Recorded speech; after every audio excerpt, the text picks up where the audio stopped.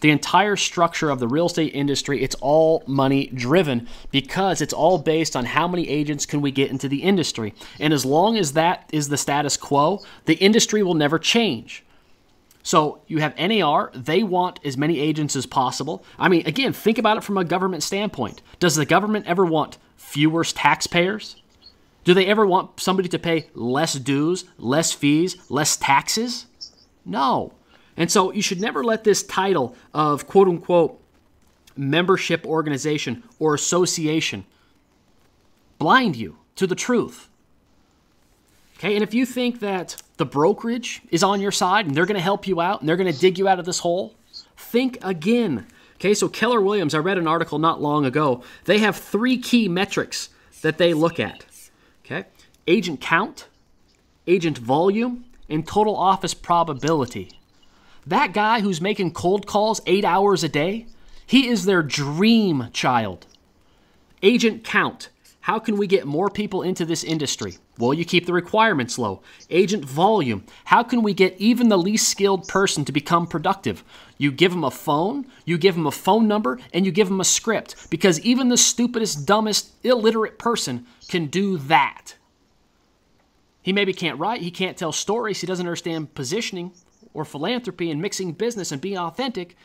But damn it, here's your script, here's your phone number.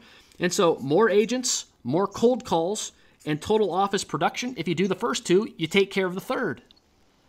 And so we have this entire industry that has the quote-unquote sales culture.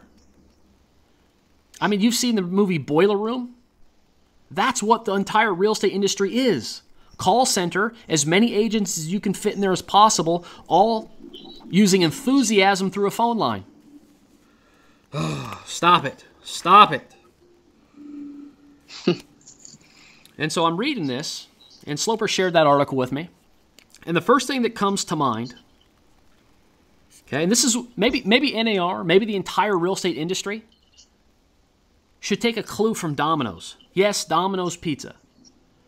And so in 2009, their stock price, well, let me give you a quick background. Okay, in a very similar idea or concept that was said by the president of NAR in that issue that Sloper just talked about, the president of Dominoes came out and said, there comes a time, you know, you've got to make a change. In 2008, the stock price was $3.03. $3. Today's stock price, $76.52. Gee, I don't know. Seems like a pretty good turnaround. Here's what the guy said. We suck. We know it. We're committed to fixing it. And this is the message that they've trumpeted for 5 years now. And it's worked.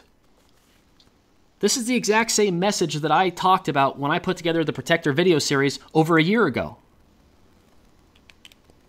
This idea of telling the truth. Everything rooted in truth. We suck. We know it. We're going to do better. And so if you haven't seen that video series, you can go to homeoftheprotector.com. Homeoftheprotector.com.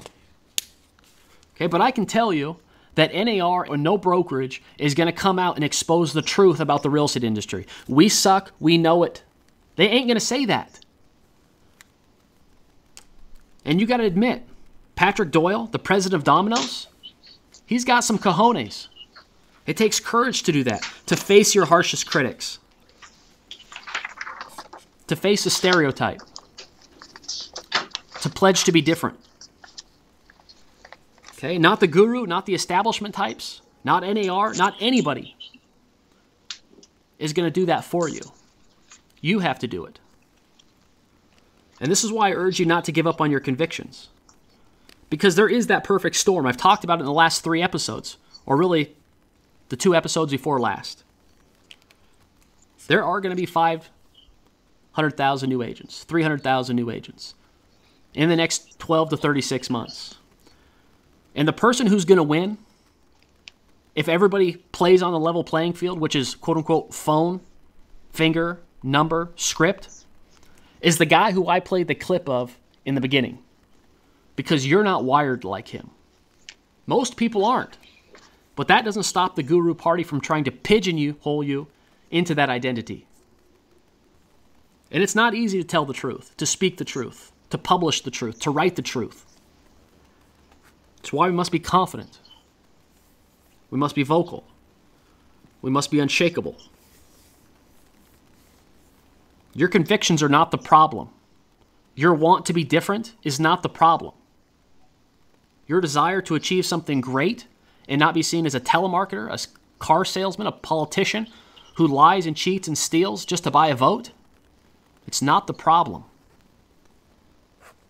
The lack of truth in this industry is.